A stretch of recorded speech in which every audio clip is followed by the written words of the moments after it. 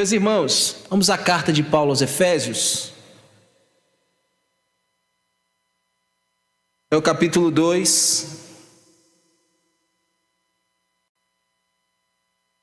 versículos de 11 ao versículo 22. Hoje vai ser uma exposição um pouquinho mais longa para eu tentar concluir esse capítulo.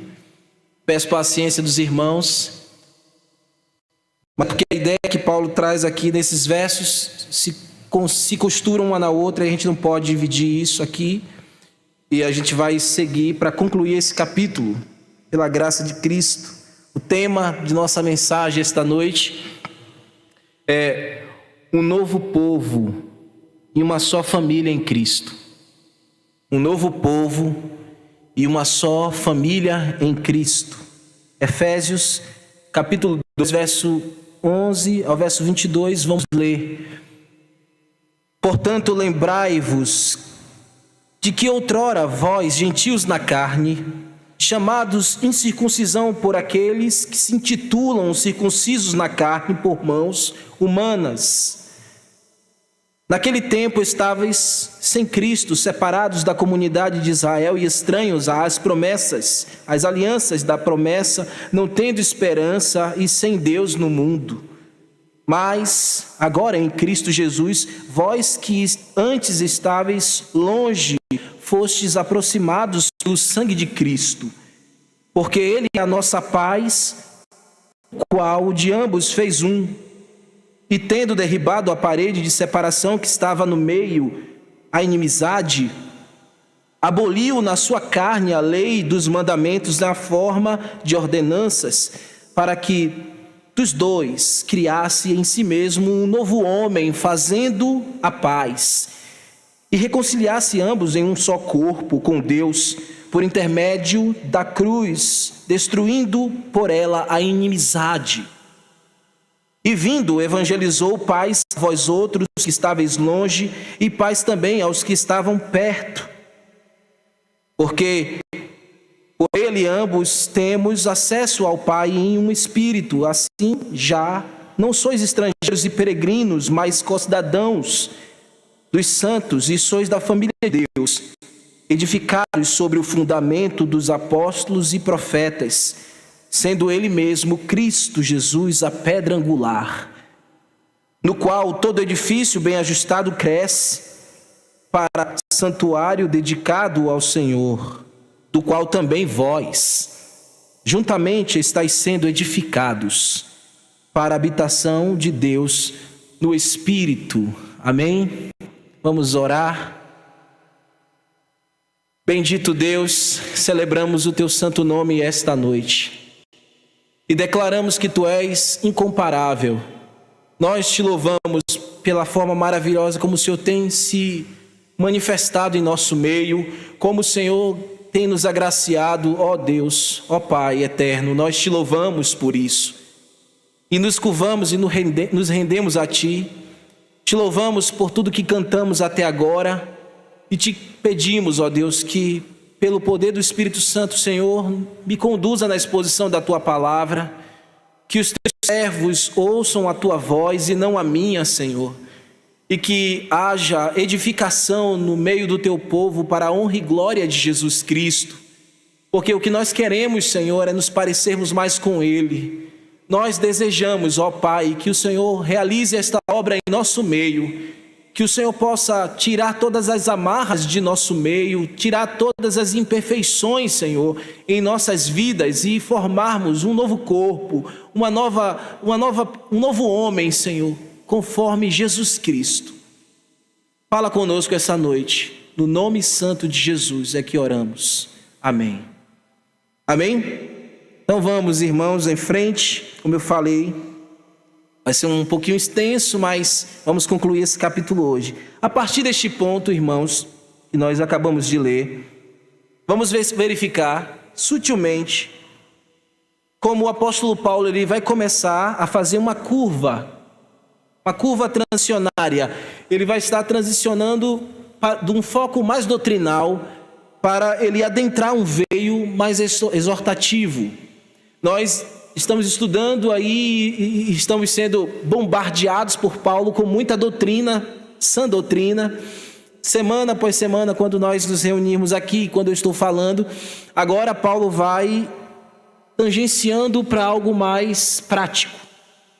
Nós já vamos começar a sentir isso nas leituras que nós estaremos fazendo do capítulo 3, mas a gente só vai realmente ver isso, vamos ser desembocados nisso lá no capítulo 4, propriamente dito. Mas quando nós estivermos estudando o capítulo 3, nós vamos começar a ver essa mescla, doutrina, já a vida prática, é o que nós iremos perceber no desenrolar dos próximos sermãos aí, se Deus nos permitir. Na segunda parte desse capítulo, Paulo irá dedicar, capítulo 2, a segunda parte, ele vai dedicar, neste parágrafo todo que nós lemos, apresentando como Deus dignificou dois povos. Como Deus, de maneira maravilhosamente, dignificou dois grupos distintos, alheios, uns aos outros. E até certo ponto, um completamente alheio a Deus e outro mais ou menos. Um mais próximo das promessas, porém não conseguia enxergá-la ou interpretá-la, decodificá-la como deveria assim fazer. E um outro povo, um outro grupo que se encontrava completamente disperso, distante, completamente desarraigado, desassociado, desconhecedores de Deus e de seus planos eternos. E desses dois povos, desses dois grupos, ele decidiu, pelo seu plano maravilhoso e eterno, uni-los em um só, uma só família, um só povo.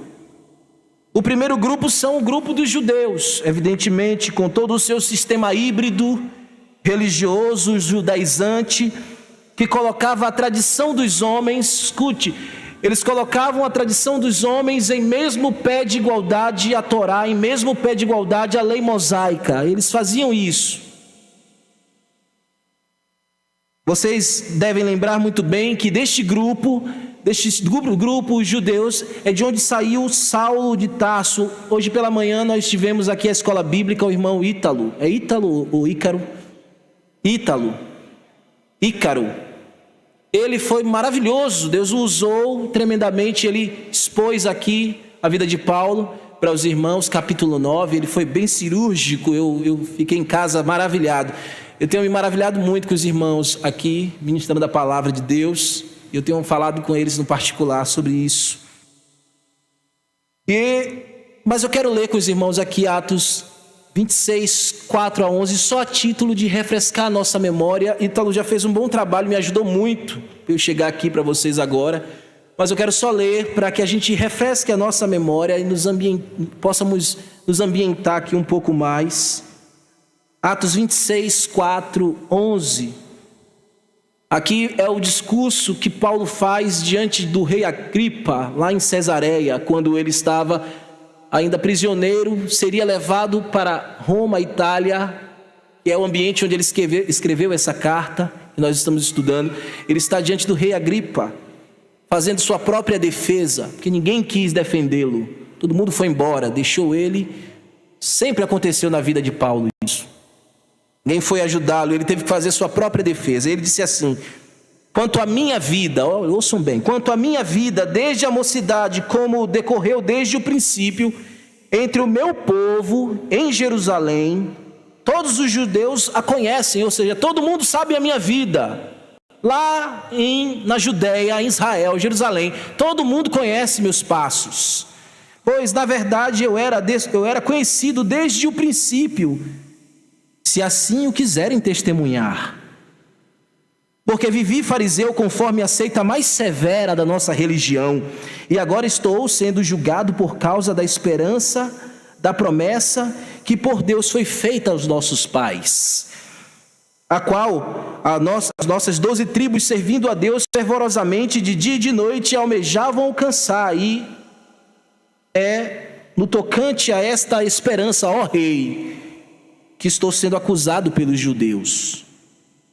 Porque se julga incrível entre vós que se ressuscite mortos, Na verdade, a mim me parecia que muita coisa eu deveria praticar contra o nome do Senhor Jesus Nazareno. E assim procedi em Jerusalém, havendo eu recebido autorização dos principais sacerdotes, encerrei em muitos dos santos nas prisões, e contra estes dava o meu voto quando os matavam. Ó que coisa! Muitas vezes os castiguei por todas as sinagogas, obrigando até a blasfemarem. E demasiadamente enfurecido contra eles mesmo, por cidades estranhas, todos os lugares, por todas as partes onde eles estivessem, eu os perseguia. Era esse Saulo, que pertencia a este grupo, os judeus zelosos. O segundo grupo são os gentios, e aqui no texto Paulo está sendo explícito aos efésios, mas também podemos aplicar justamente a todos os crentes em todas as províncias, em todas as cidades que eram compostas no reino imperial, o Império Romano. Todos eles estavam contidos também aqui nessas informações que Paulo está desenvolvendo. Esses homens que antigamente, sem ser salvos, eles não temiam ao Deus verdadeiro, eles não conheciam os caminhos do Deus eterno, e a exemplo dos efésios, na sua cultura pagã, eles adoravam uma imagem que, segundo a crença deles, havia caído do céu, uma espécie de meteorito. Eles adoravam os meteoritos, as rochas, as pedras que eles encontravam que caíram de estrelas cadentes. Eles diziam que essa era a manifestação de sua divindade. E eles tinham lá uma imagem que eles diziam que era a imagem da deusa deles, a deusa suprema deles, os efésios.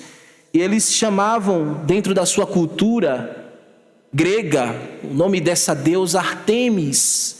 E numa cultura mais recente para aquela época, na cultura greco-romana, o nome dela era Diana, a grande Diana dos Efésios. Vocês já viram isso em Atos, quando vocês estavam lendo lá, Atos 19, você vê uma confusão naquela cidade, porque Paulo pregou o evangelho, as pessoas estavam se convertendo, estavam queimando os seus ídolos, as estatuetas da Diana, e havia um alvoroço na cidade, todo mundo estava queimando seus livros de bruxaria, e Paulo foi hostilizado ali, precisou sair dali, e um homem que era um comerciante e citou o povo que não deveriam parar com a atividade comercial, vendendo aqueles estatuetas. Eles diziam: grande é a Diana dos Efésios.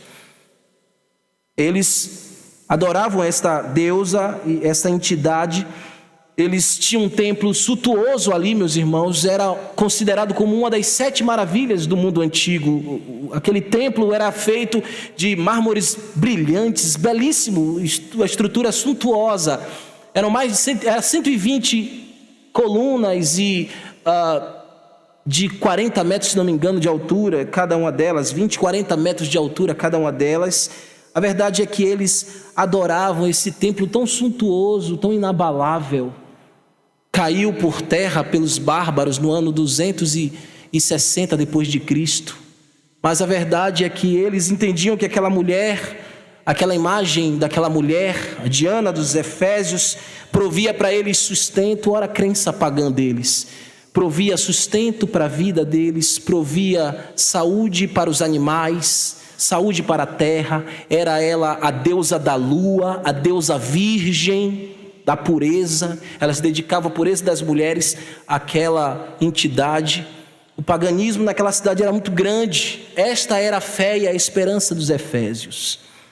Essa era a forma deles acreditarem em uma divindade. Eram gentios. Todos estes 2 povos e grupos precisavam de alguém que unisse eles, unificasse eles, e que de certa maneira restaurasse aqueles 2 povos em um só. Então vamos ver nos primeiros versículos como Paulo começa a desenvolver essa transformação. Você vai ver que no verso 11, 12 e 13, Paulo orienta os irmãos a olharem um pouco para trás e sempre perceberem que eles foram purificados em Cristo. Paulo vai mostrar isso, que é necessário às vezes nós olharmos atrás e vermos como Deus nos purificou. Verso 11: portanto, lembrai-vos de que outrora vós, os gentios na carne, chamados à incircuncisão por aqueles que se intitulavam incircuncisos na carne por mãos humanas. Temos aqui, meus irmãos, um imperativo, veja aí, lembrai-vos. Aqui não é uma coisa para que aqueles irmãos pudessem escolher, faço ou não faço. Há um imperativo aqui, lembrai-vos. Ele, na qualidade de pai da fé daqueles irmãos e autêntico apóstolo de Cristo, ele está sendo incisivo com aqueles irmãos e dizendo: lembrai-vos. É uma palavra de alerta, exortação, conduzindo aqueles irmãos a enxergarem a fé deles em um ângulo mais profundo. Paulo está dizendo: lembrai-vos. Ou seja, tragam à memória de vocês, recordem quem vocês eram e a obra graciosa que Deus realizou na vida de vocês. Vocês precisam fazer isso, meus irmãos. Paulo está dizendo: lembrai-vos. É necessário sempre olhar para trás, para a gente poder mensurar, se assim pudermos, como Deus nos trouxe, como Ele nos restaurou, a obra que Ele vem fazendo em nossa vida. Sempre precisamos rememorar, meus amados. Não podemos esquecer como Deus tem construído a nossa história, como Ele tem feito as nossas vidas. Olhe para trás um pouco, perceba como Deus tem agido em sua vida, tem construído você. Paulo está dizendo: olha um pouco e lembrai-vos. Lembrai-vos da graça. Porque o fato de vocês, Paulo falando a eles em outras palavras, serem judeus, nação que não foram escolhidos, vocês não eram judeus, não eram aquela nação que foi escolhida por Deus em Abraão para ser seu povo santo. Vocês que eram ridicularizados pelos judaizantes, eles eram chamados de incircuncisos.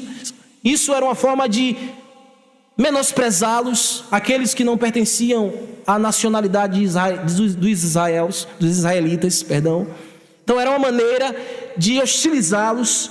Paulo está dizendo: lembre que vocês não eram participantes dessas coisas, vocês eram chamados incircuncisos. Ora, meus amados, os judeus, eles arrogavam ser o povo do concerto, o povo da aliança, e eles amavam ser reconhecidos assim.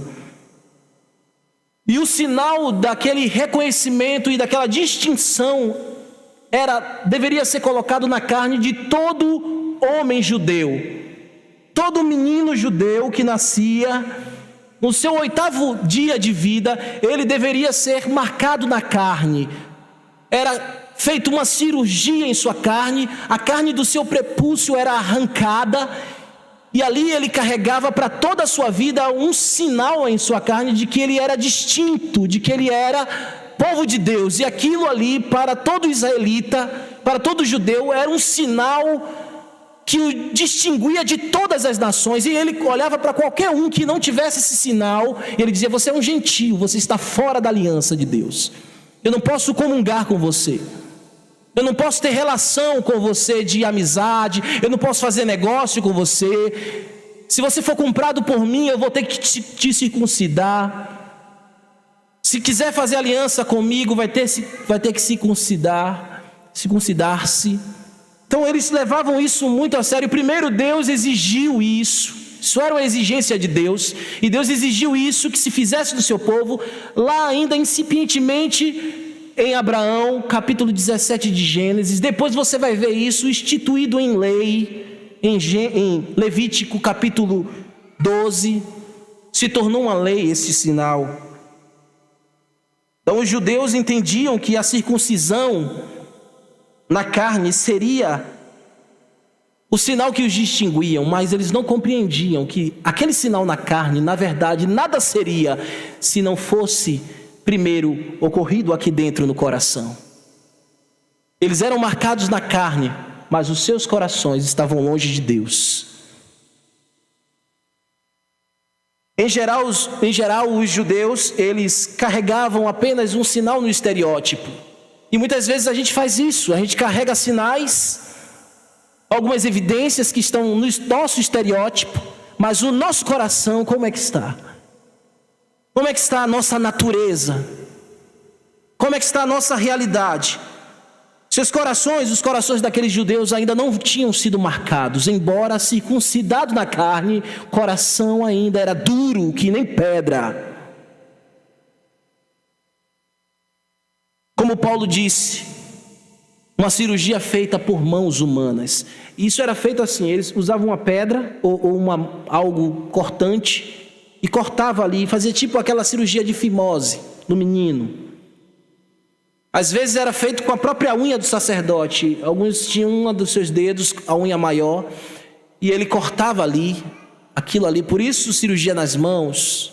Mas o enredo aqui que Paulo quer trazer para os irmãos é: recordem, entendam, nada vale uma marca na carne, estereótipo, se não acontecer primeiro no coração. Se no seu espírito você não for transformado, não for mudado. Esta circuncisão na carne, então, meus irmãos, deveria refletir um coração de alguém que fora transformado por Deus. Entretanto, o povo judeu, não, em todo o seu legalismo, eles não conseguiram, eles não podiam, eles não poderiam jamais obter em si mesmo tal transformação. Do contrário, o povo sempre pecou, o povo judeu sempre pecou, toda a vida eles pecaram. E o sinal que Deus instituiu, que apontaria para uma mudança de vida, um abandono de si mesmo, para um novo viver, serem devotos a Deus, aquele sinal era belo, irmãos, no sentido do que comunicava a realidade que deveria ser, um povo distinto de coração, um povo lavado de alma, um homem transformado no seu espírito. Aquele sinal deveria representar isso. Mas aquele povo duro, pecador, rebelde, não compreenderam, não fizeram a leitura e não poderiam por si mesmos alcançarem isso. Toda semana Deus nos coloca diante da sua palavra e Ele nos marca com a sua palavra, mas às vezes parece que o sinal fica somente no estereótipo. Isso é um perigo. Não desce ao coração, não chega na alma, não causa transformação de fazer o homem uma mulher devota a Deus. Nada vale ouvir mensagens, ouvir pregações e não abrir o peito, e não rasgar a alma, e não se humilhar diante de Deus e dizer: Senhor, eu sou este homem que precisa ser transformado.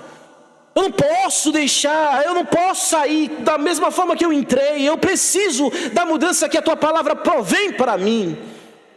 Então o judeu, ele tinha todo um estereótipo, ele tinha toda uma lei, ele tinha todo rituais cerimoniais, ele tinha tudo isso. Mas o coração, irmãos, a alma dura como pedra seca, isso é um perigo. Paulo está mandando os irmãos olharem, lembrarem disso. Então você vai ver que esses dois povos, judeus e gentios, e eu vou estar sempre repetindo isso aqui, nesse sermão agora, não era nada de maduro. Não tinha nada que nos trouxesse prazer e admiração. Então no verso seguinte a gente vai ter a conexão. Vamos fazer o link. Veja aí, por favor, coloque aí seus olhinhos aí, verso 11. A gente vai ler a primeira frase do verso 11, depois a gente vai pular para o verso 12 para fazer o link. Vamos lá, verso 11, parte A. Portanto, lembrai-vos de quê? Veja agora o verso 12. Naquele tempo, ficaria assim: portanto, lembrai-vos que naquele tempo. E que tempo é este que Paulo está querendo que os irmãos rememorem? Que tempo é esse que ele quer que os irmãos sejam visitados em sua consciência? Aquilo que ele já falou, irmão. Início do capítulo 2, verso 1, 2 e 3. Quando eles estavam sem Deus, quando eles não conheciam Cristo, quando eles eram pecadores, quando eles, mortos dos seus pecados, não poderiam fazer nada por si mesmos. Lembrai-vos disso, de que naquele tempo, aí Paulo vai dizer, naquele tempo estáveis sem Cristo. Lembre-se disso. Evidentemente você estava morto no pecado. E o texto prossegue, olha: separados da comunidade de Israel e estranhos à aliança da promessa, não tendo esperança e sem Deus no mundo. Que terrível realidade. Paulo está mandando eles lembrarem disso. Ou seja, vocês não pertenciam à nação de Israel, não possuíam ao menos os direitos de cidadania, dizendo aos gentios. Paulo está dizendo aos seus irmãos gentios. Vocês não tinham nada disso, nem prosélitos vocês eram. Você sabe o que é um prosélito? Prosélito é aquele cidadão que se aproxima a uma religião, uma seita. Ele não participava daquele grupo. Ele vem até aquele grupo, se associa àquela fé e prossegue nos estatutos daquela fé. Paulo está dizendo, vocês não tinham nada disso, nem ao menos prosélitos vocês eram. Paulo está sendo firme aqui com eles. Meus irmãos, vocês na posição de gentios, não tinham nada disso, vocês eram totalmente desconhecedores dos pactos, da lei, das promessas, ao longo dos séculos que Deus fez com o seu povo, sua nação escolhida. Nem as profecias vocês conheciam.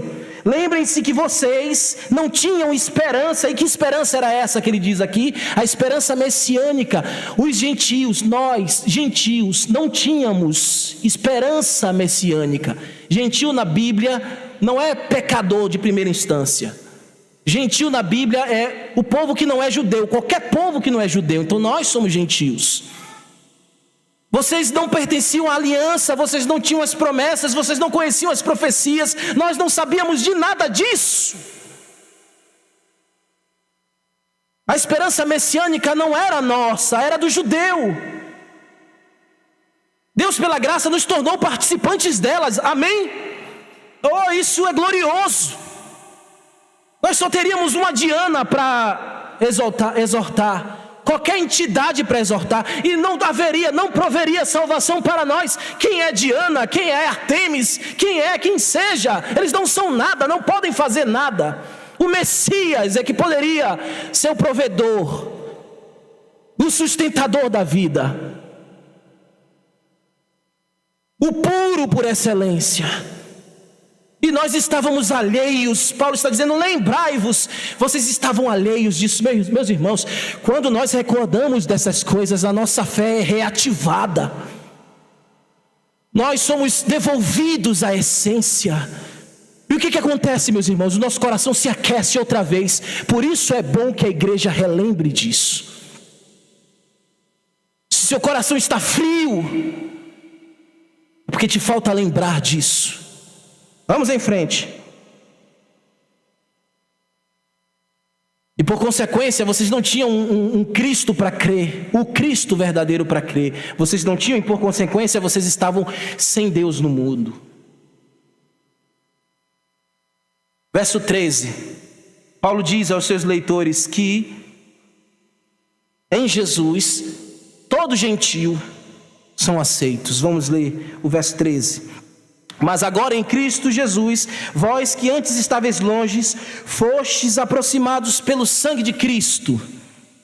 Pelo sangue de Cristo, meus irmãos, vestido na cruz do Calvário, pela vida de Jesus, é que nós fomos purificados. Paulo está lembrando a eles isso. Vocês que estavam longe, ou seja, os gentios, que estavam longe das promessas, e por consequência dos seus próprios pecados também, agora vocês foram lavados pelo sangue, vocês foram purificados pelo sangue de Jesus. O que é que nos purificou? Não foi uma cirurgia na carne, não foi uma marca no estereótipo. O que nos purificou foi o ato salvífico de Cristo na cruz. Salvou a humanidade que nele crê, que consiste em judeu e consiste em gentio.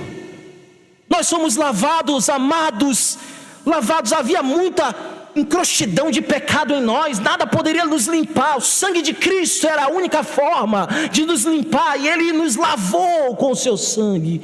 Fomos purificados. Paulo está dizendo, lembre disso. O que te salvou, o que te regenerou, não foi um ato na carne, foi uma obra espiritual salvífica, a obra do Filho. E agora vocês foram aproximados, vocês estavam longe, nós estávamos longe, sem enxergar o caminho, sem saber, sem bússola, sem GPS, sem nada, não saberíamos o caminho, mas ao Ele nos lavar no sangue, nos apontou o caminho de retidão, e agora nos aproximou a Deus. Agora nós podemos ser aceitos por Deus, é isso que Paulo está dizendo. Você pode ser aceito, você foi aceito por Deus, por Cristo. Segunda coisa, vamos ver agora versículos 14, 15 e 16. E nisso aqui Paulo vai mostrar para os irmãos que a inimizade foi desfeita pela cruz de Cristo e a paz foi estabelecida. Diz assim o verso 14: porque Ele é a nossa paz, o qual de ambos fez um, e tendo derribado a parede de separação que estava no meio, a inimizade, aboliu na carne a lei dos mandamentos na forma de ordenança, para que dos dois criasse em si mesmo um novo homem, fazendo a paz, e reconciliasse ambos em um só corpo com Deus, por intermédio da cruz, destruindo por ela a inimizade. Cristo é a paz tanto dos judeus quanto dos gentios. Em suma, Paulo falou, porque Ele é a nossa paz. Veja o pronome aí possessivo, olha aí, põe os olhinhos no texto aí, diz assim, ó, porque Ele é a nossa paz. O pronome possessivo é nossa paz. Paulo está incluindo aí no nosso, neste pronome possessivo, a função no texto, ele comunicar que tanto judeu e tanto gentio agora estão em Cristo, em paz. Mostra que eles dois agora possuem um sentimento mútuo. Nós dizemos, irmãos, olhem para mim, nós dizemos que nós amamos a Cristo, não dizemos isso? Nós não falamos que Ele é nosso? Cristo é meu, a gente não fala isso? Vocês não falam não, é? Falam? Fala? Amém, isso. Você diz, tu és meu Cristo, tu és meu Senhor, eu te amo, ou vocês não dizem isso? Ou o crente tradicional não pode dizer eu te amo, Jesus, né? A gente tem que dizer eu te amo, Jesus. Nós dizemos que Ele é nosso, que Ele é a nossa paz, nós falamos tudo isso, e isso não é incorreto não, isso é certo, nós precisamos falar isso. Mas o Ele é a nossa paz aqui no texto não está conotando isso, não é uma adoração de dizer para Ele isso. Ele é a nossa paz, é Paulo mostrando, chamando gentios e judeus, senta aqui comigo à mesa e vamos entrar em paz. Mas não em um trato cordial de cavalheiros, não em um simples tratado de paz humano. A nossa paz, ela procede agora de Cristo. Dois povos em guerra, irmãos, judeu e gentio, em guerra por causa da tradição religiosa, em guerra por causa da tradição étnica, desunidos por causa disso. Paulo está dizendo, Cristo é a paz. Senta aqui e entende isso. Cristo é a paz entre os dois povos. Jesus é a paz profetizada ao seu povo lá em Isaías, capítulo 9, versículo 6, quando diz assim o texto: seu nome será maravilhoso, conselheiro, Deus forte, Pai da eternidade e príncipe da paz. Então Ele é a promessa da paz do seu próprio povo, mas também Ele é a promessa da paz de todos os povos, ou seja, dos gentios. Quando no seu nascimento, lembrem, lá em Lucas, no capítulo 2, se não me engano, isso, capítulo 2, verso 24, nós vamos ver miríades de anjos proclamando e cantando o que eles diziam: glória a Deus nas alturas e paz na terra entre os homens a quem Ele quer bem. Cristo é a paz dos dois povos que antes viviam em guerra. O que apaziguou esses dois povos? Cristo. Cristo é a paz entre os homens. Ele uniu tanto em sua paz judeus e gentios que viviam em guerra étnica, e agora eles não são mais inimigos, eles são irmãos. É o que Paulo está querendo dizer aqui. Vocês estão entendendo, irmãos? Não há divisão agora mais em Cristo, não há inimizade mais em Cristo. Paulo está dizendo que Ele aboliu na sua carne Ou seja, ele cumpriu no seu próprio corpo aquilo que o judeu não podia fazer. Ele cumpriu no seu próprio ministério terreno, na forma das ordenanças, tudo aquilo que nem mesmo o judeu poderia fazer e nem o gentil poderia fazer. O judeu mais piedoso que pudesse ser, ele não poderia cumprir toda a lei. E o gentil não conhecia a lei, como é que poderia cumprir?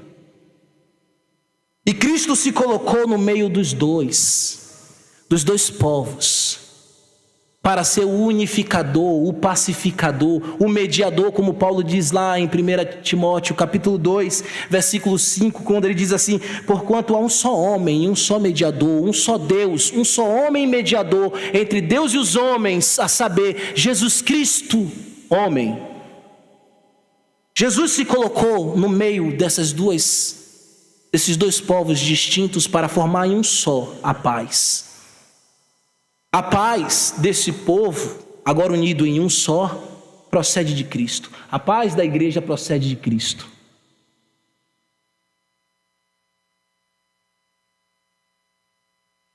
Ele aboliu na sua carne, e depois que ele cumpriu toda a lei, depois que ele atraiu todos, cumprindo toda a lei em si mesmo, por intermédio da cruz, ele pacificou em si mesmo todos os homens, de todas as etnias, de todos os povos, línguas e nações. Amém?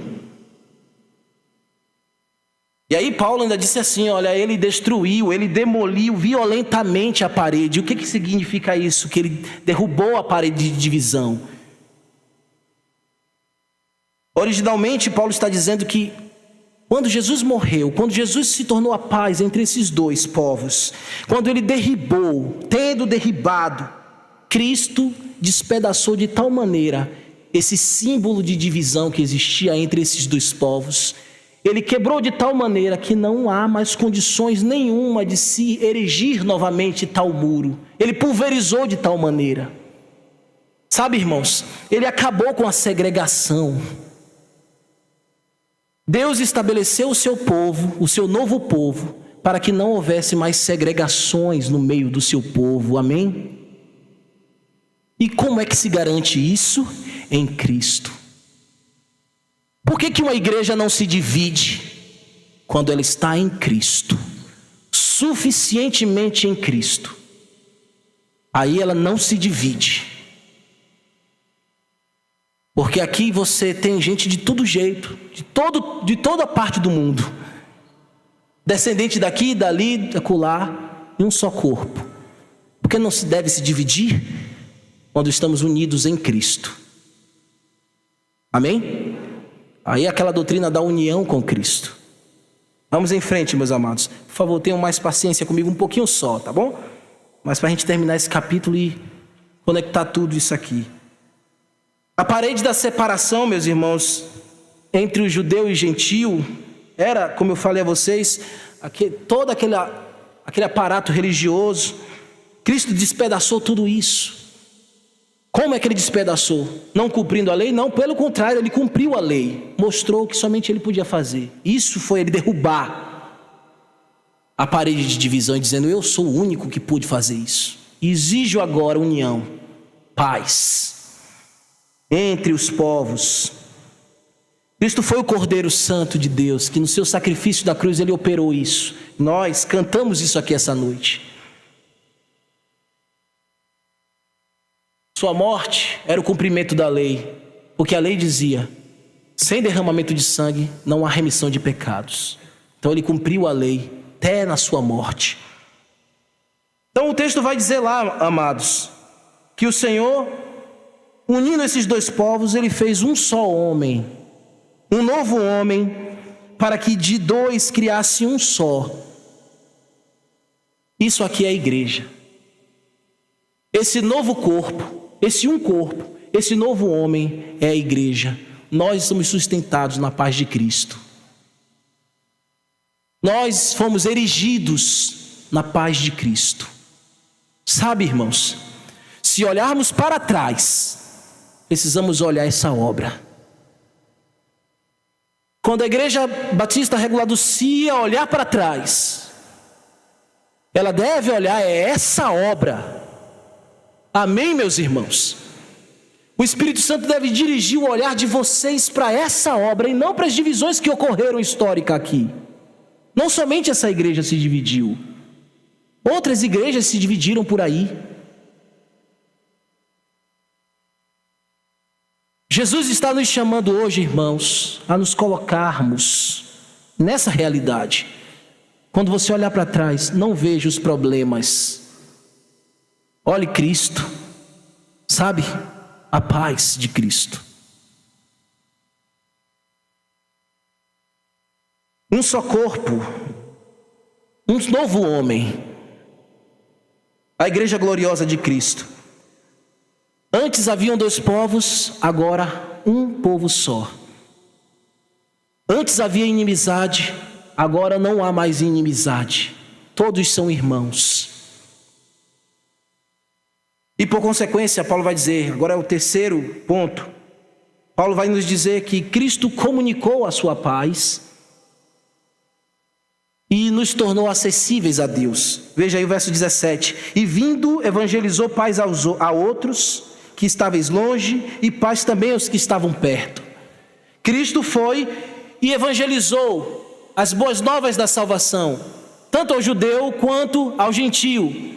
Essa frase aqui que Paulo colocou, ele tomou emprestado das palavras de Isaías, lá no capítulo 57, verso 19. São praticamente as mesmas palavras. O que ele quer dizer aqui é que Cristo comunicou as boas novas de salvação tanto aos homens que estavam mais perto. Quem é que estava mais perto? Judeu. Quem é que estava mais longe? Quem? Gentil. Os mais pertos? Judeu. Os de longe? Deus, em Jesus Cristo, comunicou paz a todos eles. E através da sua morte e ressurreição, aqueles que creram foram unidos a Ele e receberam paz. Então no verso 18 ele vai dizer, porque Ele, ou seja, Cristo, ambos, gentios e judeus, eu sei que é pesadinho hoje, mas é assim que a gente tem que ir, devagarzinho. Tá bom? Porque Ele quem? Cristo. Por Ele ambos, quem são esses dois povos? Judeus e gentios. Agora tem acesso a Deus em espírito.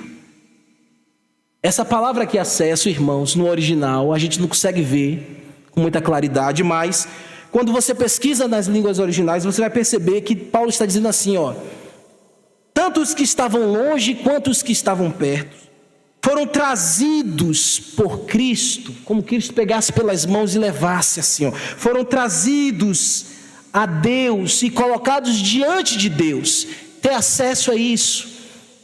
Não havia o caminho feito e Jesus pegou pelas mãos e trouxe e agora colocou-os diante de Deus. E agora você foi aceito pelos favores de Cristo. É isso que essa palavra aceito nos comunica. Jesus pegou judeu e pegou gentil e trouxe. E uniu em um só povo. Colocou eles em um acesso novo em Jesus. Tudo isso em Cristo. Quarto ponto. Uma vez aproximados em Deus, pelos méritos de Cristo, possuímos agora os mesmos direitos. Agora, quando Ele pegou você e eu, e nos colocou agora diante de Deus, e diante de Deus nós fomos aceitos, agora nós podemos ter direito a tudo que pertencia a somente aquele que era a família de Deus. Então, por isso que agora a gente tem direito legal. Você pode dizer que você é filho de Deus. Você pode dizer que você é co-herdeiro em Cristo. Você pode dizer que você tem uma pátria celestial. Você não tinha nada disso. Ele primeiro precisou tirar a inimizade, estabelecer a paz, te colocar diante de Deus, para que você gozasse de tudo isso. Olha o que ele vai dizer. Verso 19. E assim já não sois mais estrangeiros e nem peregrinos, mas concidadãos dos santos e sois família de Deus. Lembrem-se disso. Antes de Cristo éramos gentios, afastados da graça. Agora deixamos de ser peregrinos, forasteiros, deixamos de ser estrangeiros. Éramos como um vagante qualquer, sem nenhum propósito significativo. Nós não tínhamos nada, nem temporariamente. Aquele viajante que vai e se estabelece em algum lugar temporariamente. Nós não éramos nem esse daí. Mas agora em Cristo nós somos chamados de quê? Co-cidadãos dos santos.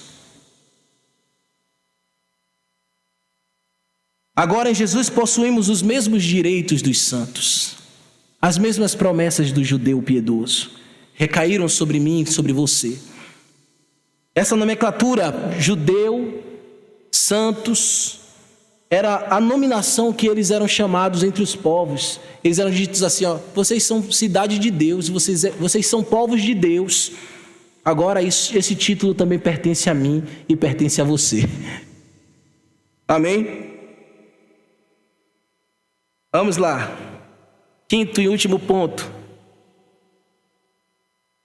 Deus está construindo em nós, em Cristo. Ele está fazendo a edificação para a sua habitação eterna. Ele diz assim, verso 20: edificados sobre o fundamento dos apóstolos e profetas, sendo ele mesmo, Cristo Jesus, a pedra angular, no qual todo edifício bem ajustado cresce para santuário dedicado ao Senhor, no qual também vós juntamente estáis sendo edificados para habitação em Deus, no Espírito. Deus está trabalhando, Paulo está dizendo, em nós. Paulo está dizendo aos seus irmãos lá, Deus está trabalhando em vocês, gentios, edificando vocês. É uma bela construção, meus irmãos, cujo fundamento, você viu aí no texto, apóstolos e profetas, ou seja, os alicerces do novo homem, do novo corpo, da igreja de Cristo, daqueles que foram unidos em paz, de todas as etnias, povos, nações, línguas, consiste na harmonia da palavra de Deus, nos escritos dos profetas e dos apóstolos. E Cristo é a pedra angular. Tudo que há nas escrituras, tudo que eles ensinaram, sempre apontaram para Jesus. A pedra angular. O que é a pedra angular aqui? Pedra angular na antiguidade era o nome que era dado a uma pedra que era colocada na esquina ou num ângulo, de tal maneira que ela alinhava toda a construção. A construção não poderia começar sem antes ser assentado a pedra de esquina, a pedra angular. E essa pedra é a pedra mestra. Todo o edifício seria erigido e não ficaria torto, não iria cair por causa da pedra angular, que era colocada no fundamento, que era colocado no alicerce. Paulo está dizendo que os profetas apontavam para essa pedra e seguiram o alinhamento dessa pedra. Os apóstolos também seguiam a construção que adivinha da pedra. Quem é a pedra? Jesus é a pedra angular, Paulo falou. Nós estamos sustentados em Jesus. Essa igreja está sustentada em Jesus.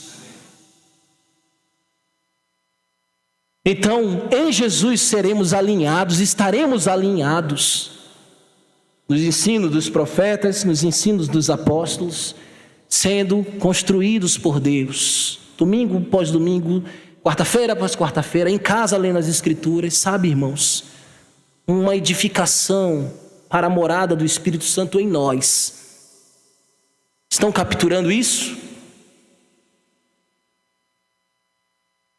Paulo está usando essa metáfora para comunicar que, finalmente, a nossa fé, ela é solidificada em Cristo. Ela está solidificada no Senhor. Os profetas do Antigo Testamento fizeram isso. Os apóstolos da Nova Aliança também fizeram isso.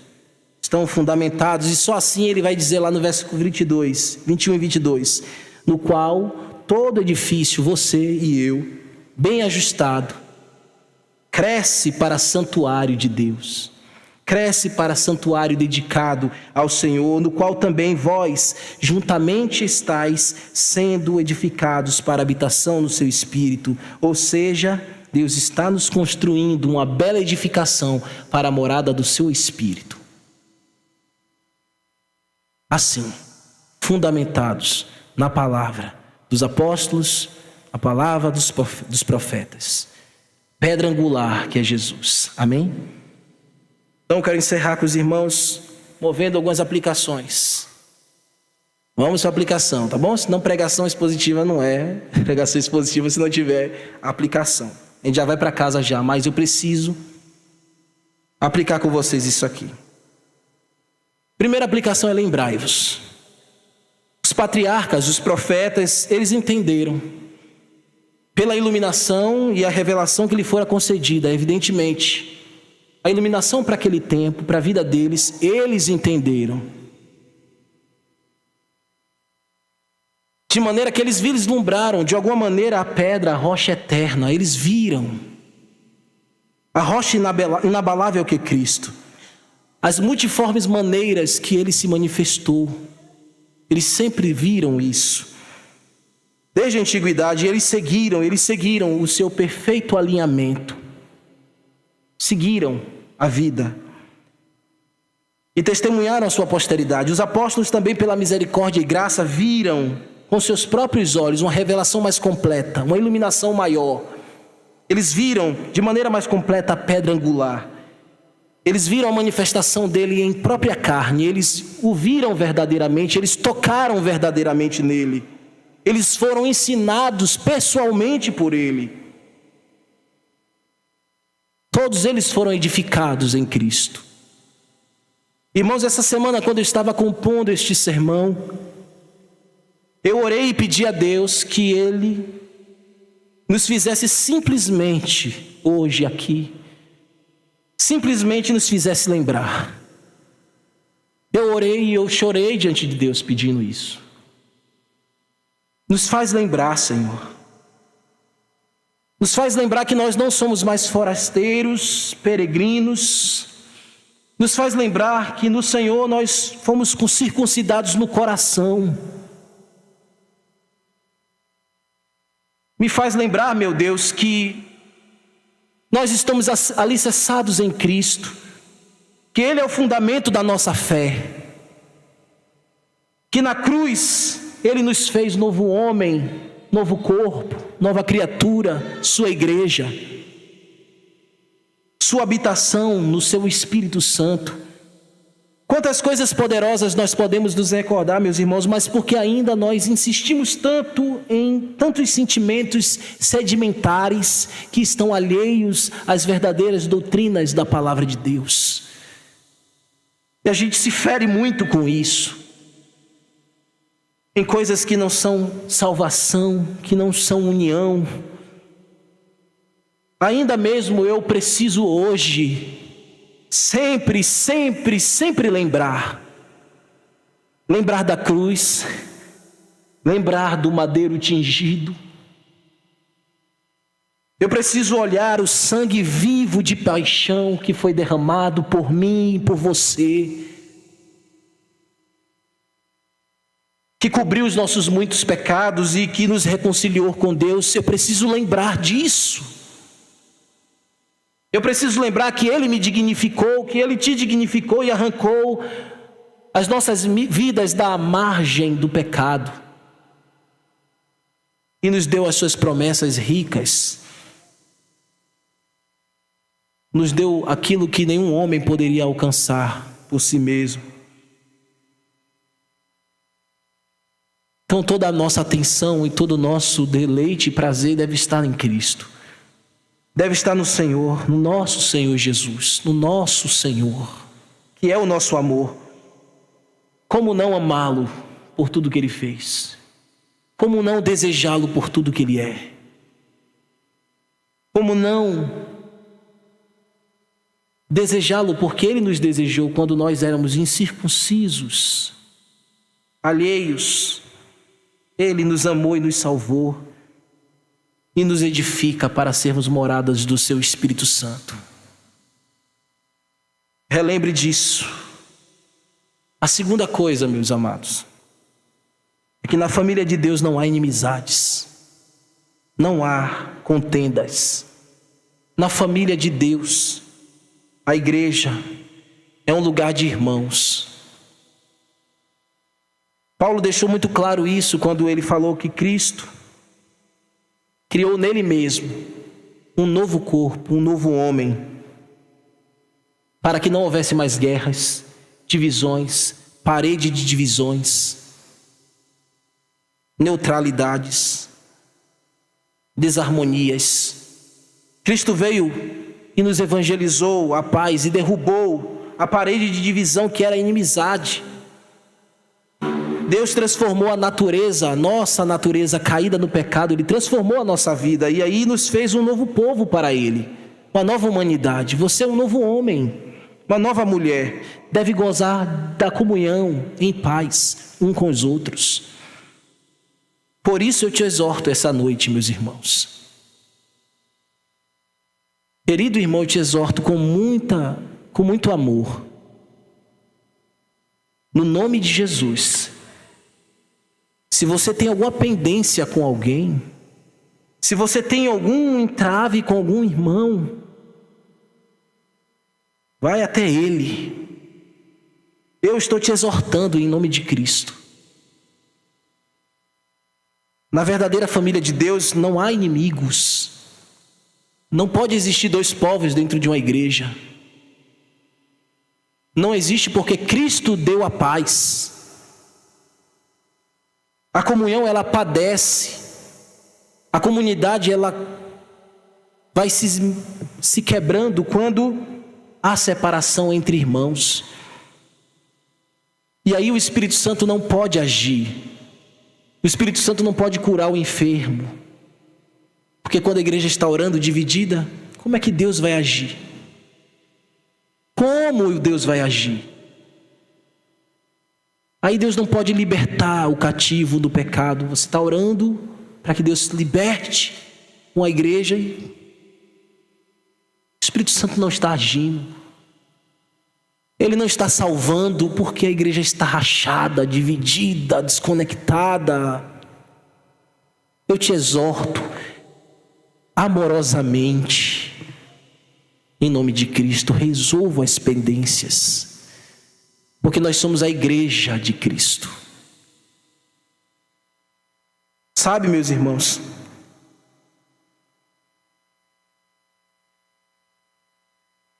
como Evangelho de Cristo, como ministros do Evangelho de Cristo, eu te digo, vá a quem você precisa ir. Vá pessoalmente. Se não houver nenhuma possibilidade, ligue. Sabe, só ligue quando não tem jeito. Mas vá presencialmente, faça isso. Eu te peço encarecidamente. Para o seu bem, para o seu próprio bem e para o bem da igreja. Faça isso porque a palavra de Deus diz isso. E quando você não faz isso, o que acontece, irmãos? Você, meu amado, ou minha amada, está se rebelando contra Deus. Nós não podemos fazer isso. Então vá até Ele, peça perdão. Se preciso for, peça perdão. Perdoe. Seja perdoado. Depois orem juntos ali, no nome de Jesus. Restaure a comunhão e volte a caminhar a estrada da fé. Quando você for, não vá armado. Vá no amor de Cristo. Se você receber alguém para confessar os pecados e para reatar o relacionamento, abra a sua porta. Chorem juntos aos pés de Cristo. Quando você fizer isso, Deus será glorificado. Você agradará a Deus. E ó, amados, o diabo perderá vantagem em vós. Então, no amor de Cristo eu te exorto, faça isso.